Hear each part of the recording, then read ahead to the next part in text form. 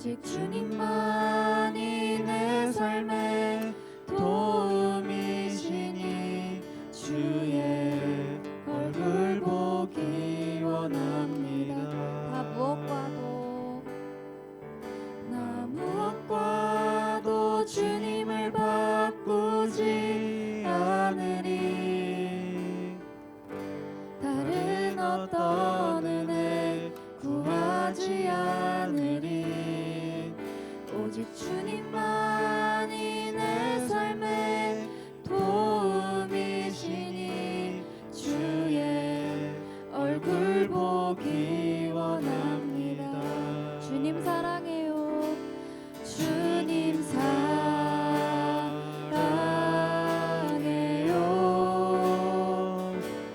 온 마음과 정성 다해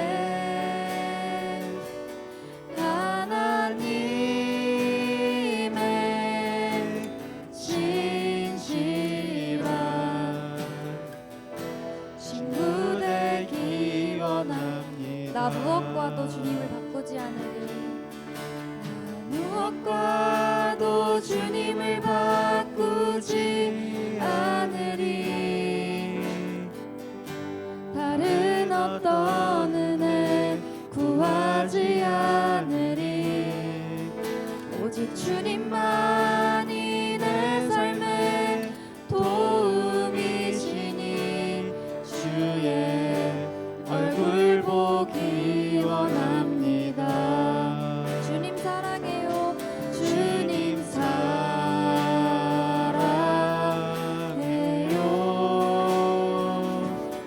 온 마음과 정성 다해 하나님의 진실한 친구 되기 원합니다. 주님 사랑해요. 주님 사랑해요.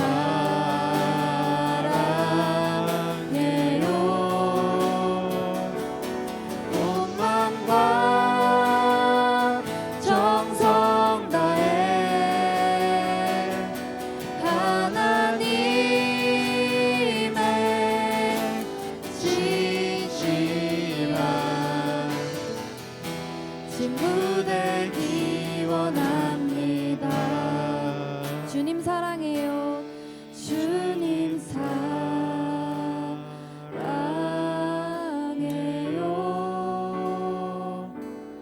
온 마음과 정성 다해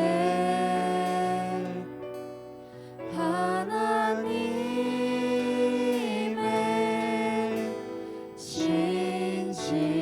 진실한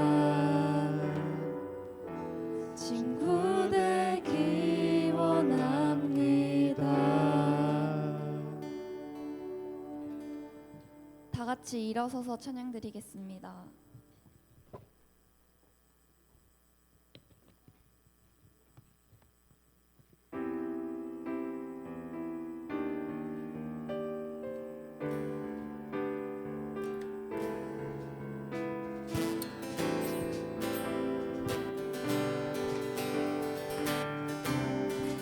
내 앞에 주어진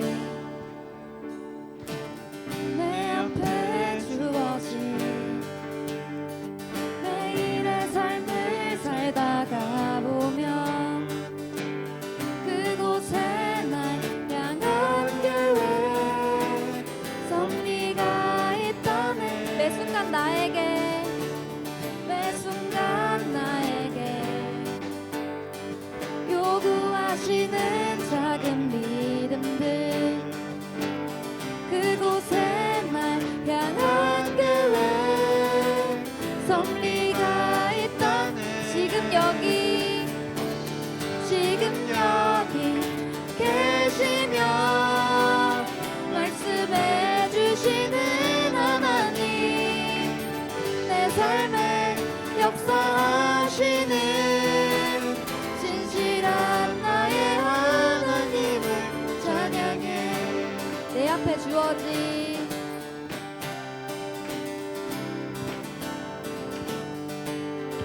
앞에 주어진 내 앞에 주어진 매일의 삶을 살다가 보면 그곳에 날 향한 계획 섭리가 있다. 매 순간 나에게 매 순간 나에게 요구하시는 작은 믿음들 그곳에 날 향한 계획 섭리가 있다. 지금 여기 계시며 지금 여기 계시며 말씀해 주시는 하나님 내 삶에 역사하시는 신실한 나의 하나님을 찬양해. 변함이 없는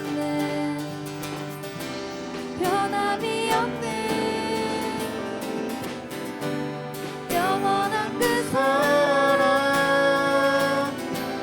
어두운 내 삶의 빛으로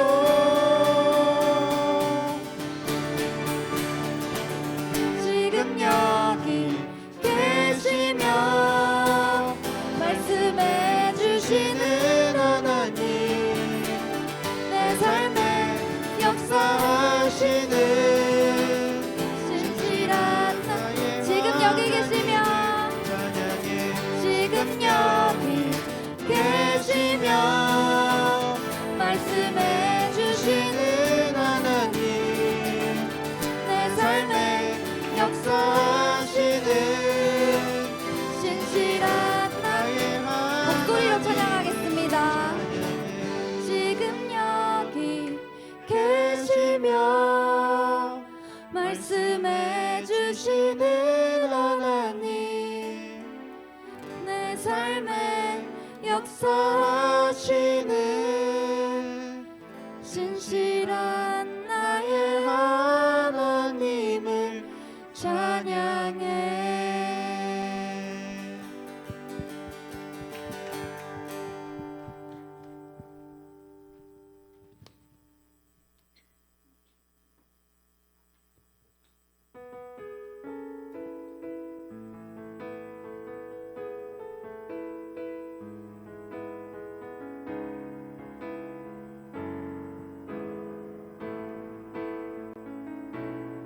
따스한 성령님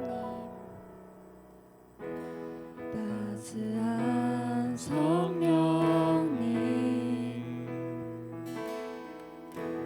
마음으로 보내 내 몸을 감싸며 주어지는 편안함 만족함을 느끼네.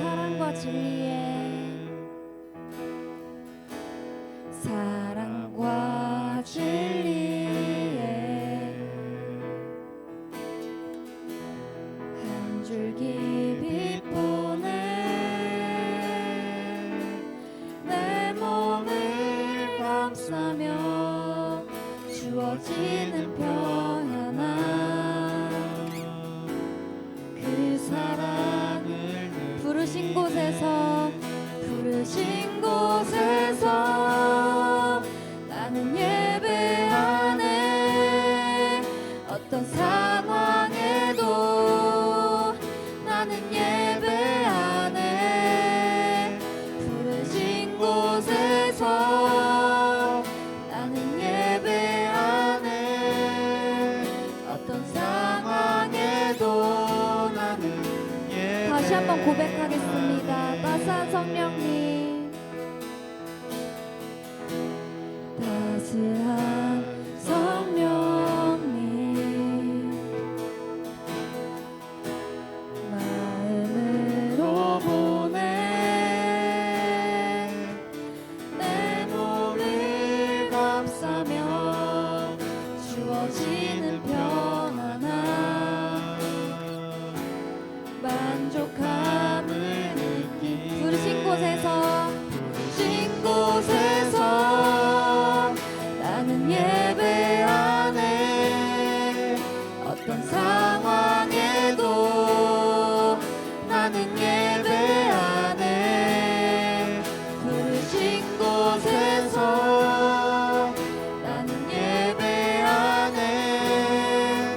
어떤 상황에도 나는 예배. 내가 걸어갈 때, 내가 걸어갈 때 길이 되고 살아갈 때 삶이 되는 그곳에서 예배하네.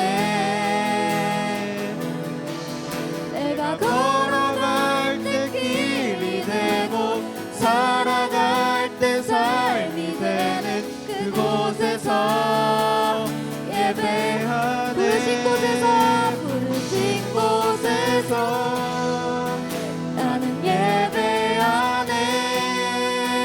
어떤 상황에도 나는 예배하네.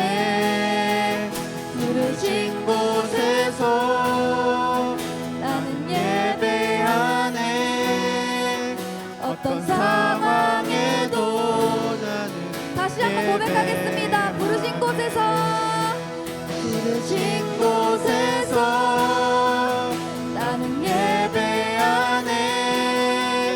어떤 상황에도 나는 예배하네. 부르신 곳에서 나는 예배하네. 어떤 상황에도 나는 예배하네. 부르신 곳에서, 부르신 곳에서 나는 예배하네. 어떤 상황에도 나는 예배하네. 부르신 곳에서 나는 예배하네. 어떤 상황에도 나는 예배하네.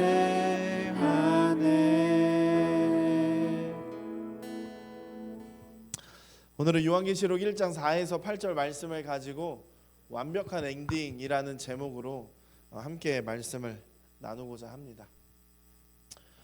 친구들은 혹시 메멘토 모리라는 말을 알고 있을까요?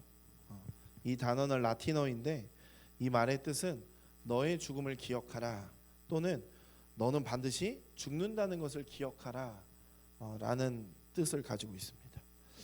이 말의 의미는 우리가 언제 죽을지 알 수 없기 때문에 늘 우리는 죽음을 기억하며 하루하루를 성실하게 살아가야 된다라는 의미를 가지고 있습니다. 친구들은 죽음에 대해서 혹시 어떻게 생각하고 있을까요? 예수님을 믿지 않는 또는 모르는 세상 사람들은 죽음이라는 것이 어떤 끝이라고 생각할 텐데요. 그래서 죽음을 두려워하며 가능한 죽음을 피하거나 늦추려고 하는 사람들이 세상에는 다반사인 것 같습니다. 친구들은 어떤가요? 아직 죽을 나이가 되지 않아서 죽음에 대해서 한 번도 해본 적이 없거나 멀게만 느껴질 수 있을까요? 전도사님은 초등학교 1학년 때 친했던 친구가 독감으로 죽고 그 다음에 뭐 맹장 수술하다가 죽고 뭐 이렇게 어려서부터 친구의 가까운 데서 죽음을 경험하다 보니까 죽음이라는 것이 나이가 따로 없다고 전사님은 어려서부터 생각했었던 것 같아요. 이처럼 우리는 어떻게 나이가 들어서 죽는다라는 것보다 언제 죽을지 알 수 없다라는 것이 맞는 것 같습니다. 그런데 세상 사람들이 생각하는 것처럼 죽음이 진정한 끝이라면 정말 허망할 것 같습니다. 그래서 세상 사람들은 죽으면 모든 것이 끝나니까 최대한 이 세상에서 많이 누리고 즐기며 살아가려 합니다. 그런데 우리는 예수님을 믿는 사람들이지 않습니까? 예수님을 믿는 우리는 어때야 할까요? 우리에게는 죽음이라는 것이 마지막이 아닙니다. 진정한 엔딩, 완벽한 엔딩이 우리를 기다리고 있는데 그 엔딩이 무엇인지 오늘 본문인 요한계시록 말씀을 통해서 함께 나눠보기를 소망합니다. 요한계시록이라고 하면 친구들은 어떻게 생각이 될까요? 성경을 조금이라도 읽어봤던 친구들이라면 요한계시록은 조금은 어렵게 느껴질 수 있을 것 같습니다. 뭐 사실 요한계시록은 신학을 공부하는 전도사님들이나 친구들에게도 조금은 어렵게 다가오는 어떤 말씀이기도 한 것 같습니다. 그래서 우리가 오늘 본문을 나누기에 앞서서 짤막하게 먼저 요한계시록이 어떤 책인지 살펴보려고 하는데, 요한계시록은 편지입니다. 사도 요한이 1세기 소아시아 지역의 7교회로 보낸 편지입니다.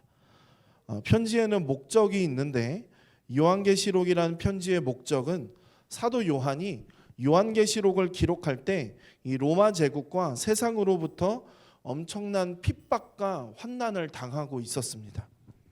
당시에 우리가 주님이라고 말하는 주, 로드라고 호칭을 붙일 수 있는 유일한 존재는 로마의 황제뿐이었습니다.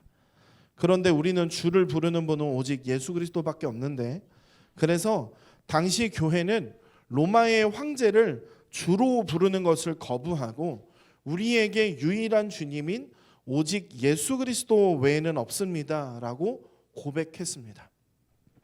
결국에는 많은 그리스도인이 사회적으로 외면을 당하기도 했고, 로마 정부의 핍박을 받아서 감옥에 갇히는 일도 있었으며, 이뿐 아니라 심지어는 목숨을 잃는 경우도 생기게 되었습니다. 이런 상황에서 교회에는 소망이라는 것이 필요했습니다. 핍박과 환난을 이길 수 있는 진정한 소망이 필요했었습니다. 이에 대해서 요한계시록은 장차 우리에게 주어질 하나님 나라는 어떤 나라인가? 우리는 이 현실에 어떻게 버텨야 하는가? 어떤 소망을 가지고 살아가야 하는가에 대한 답변을 주는 가장 현실적인 신앙 설명서이자 진정한 소망을 보여주는 소망의 편지, 책이라고 할 수 있습니다. 요한계시록 1장 1절을 함께 보면 이렇습니다. 예수 그리스도의 계시라.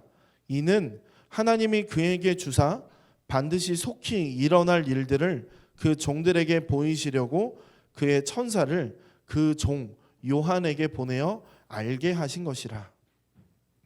말씀의 시작에서 예수 그리스도의 계시다라고 말하고 있습니다. 여기에서 계시라는 말의 헬라어는 아포칼립시스라고 하는데, 이 단어의 의미는 감추어진 것을 펼쳐서 보여주다, 또 덮여 있는 것을 벗기다라는 의미를 가지고 있습니다.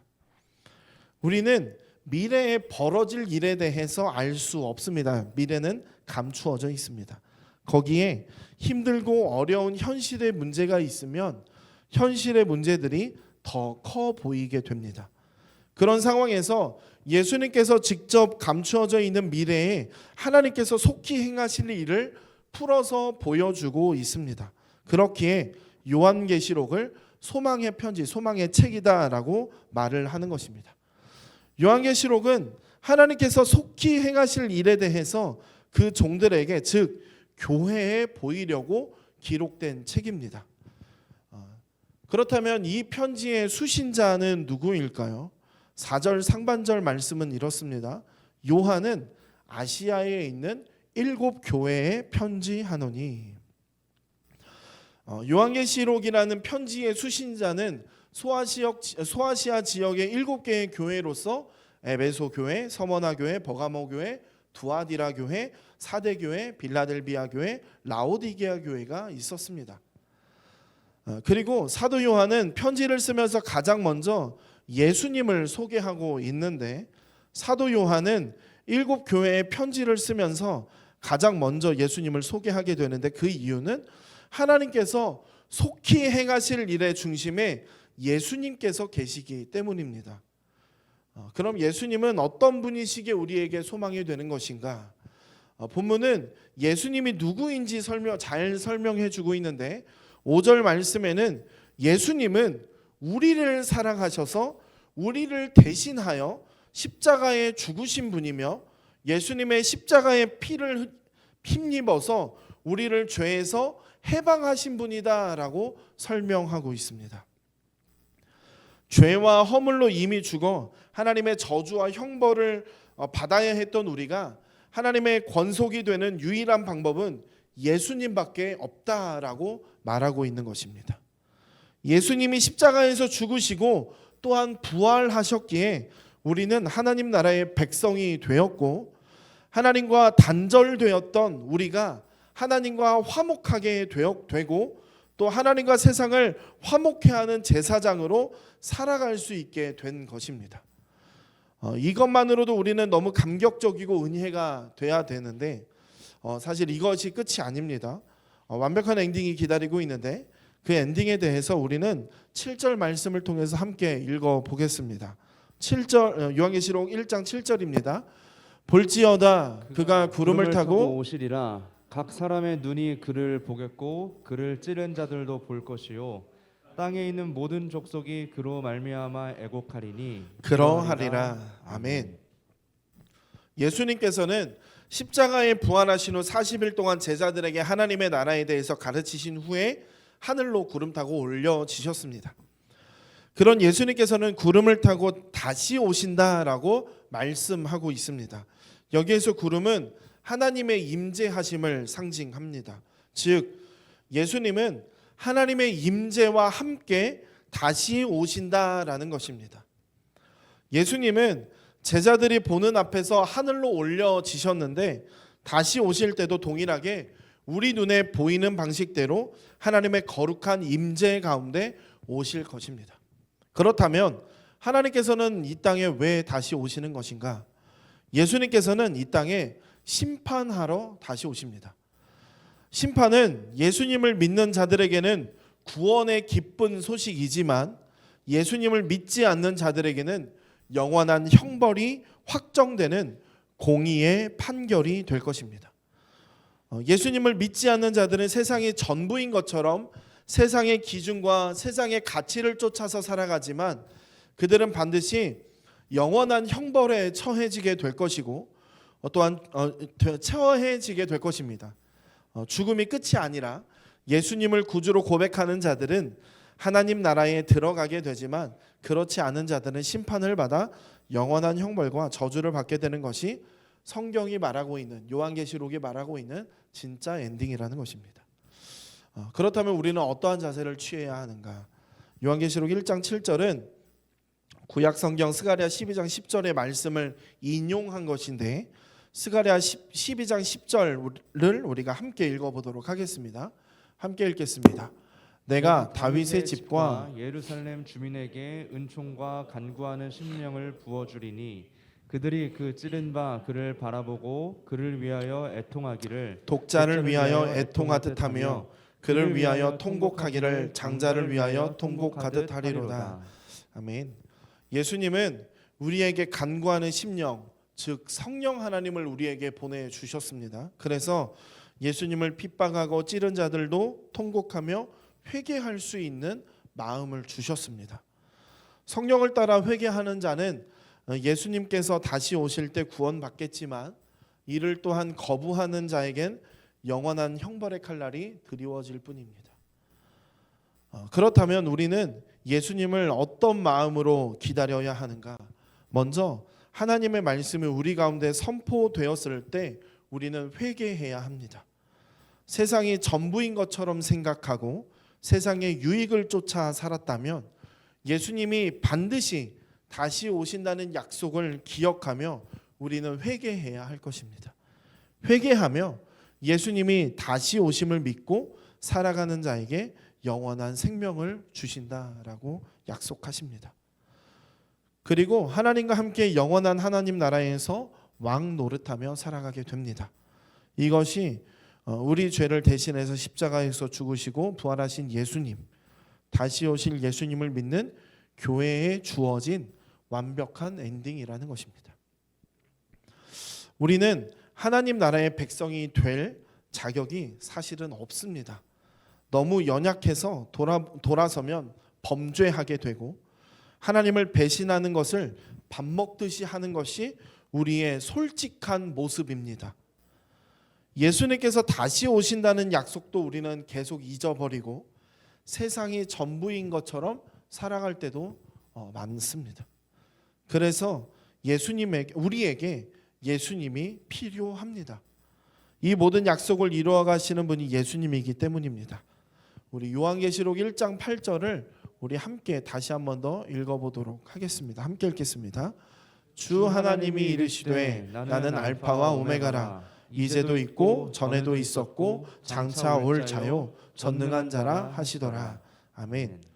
성경 본문은 예수님을 알파와 오메가라고 소개하고 있습니다. 알파는 헬라어 알파벳의 첫 번째 글자이고 또한 오메가는 헬라어 단어의 마지막 글자인데, 즉 예수님께서는 처음과 나중 마지막 그 끝이 되신다라고 하는 의미입니다.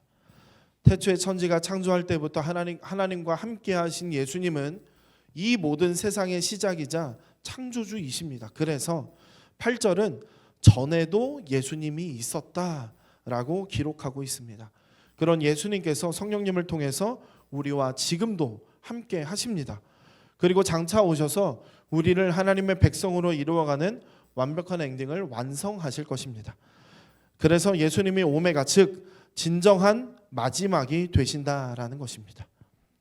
인간의 불능과 죄악에도 불구하고 하나님이 시작하셨으니 하나님께서 이루시고 반드시 마치실 것입니다.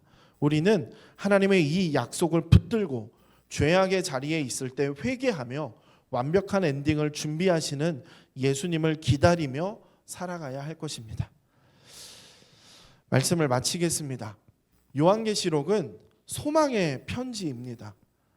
그리고 그 소망은 예수님으로부터 시작해서 반드시 다시 오실 예수님으로 인해서 완벽한 엔딩을 맞게 될 것입니다. 우리는 무엇을 기다리며 살아가고 있습니까? 세상의 전부라고 생각하고 세상의 기준을 쫓아 살아가는 것이 어리석은 이유는 예수님께서 반드시 다시 오시기 때문입니다. 살아가다 보면 힘들고 어려운 일을 만나게 되고 인생의 여러 문제로 인해 주저앉게 되기도 합니다. 또 예수님을 믿는다는 이유로 핍박을 당할 수도 있습니다. 그런데도 우리가 낙심하지 말아야 하는 이유는 반드시 예수님께서 다시 오시고 그 예수님이 완벽한 엔딩을 준비하시고 계시기 때문입니다. 우리는 매일매일 주어진 삶 가운데서 다시 오실 예수님을 기억하며 거룩한 하나님 나라의 백성으로 살아가는 우리 친구들이 되기를, 우리 고등부가 되기를 소망합니다. 함께 찬양하고 기도하겠습니다.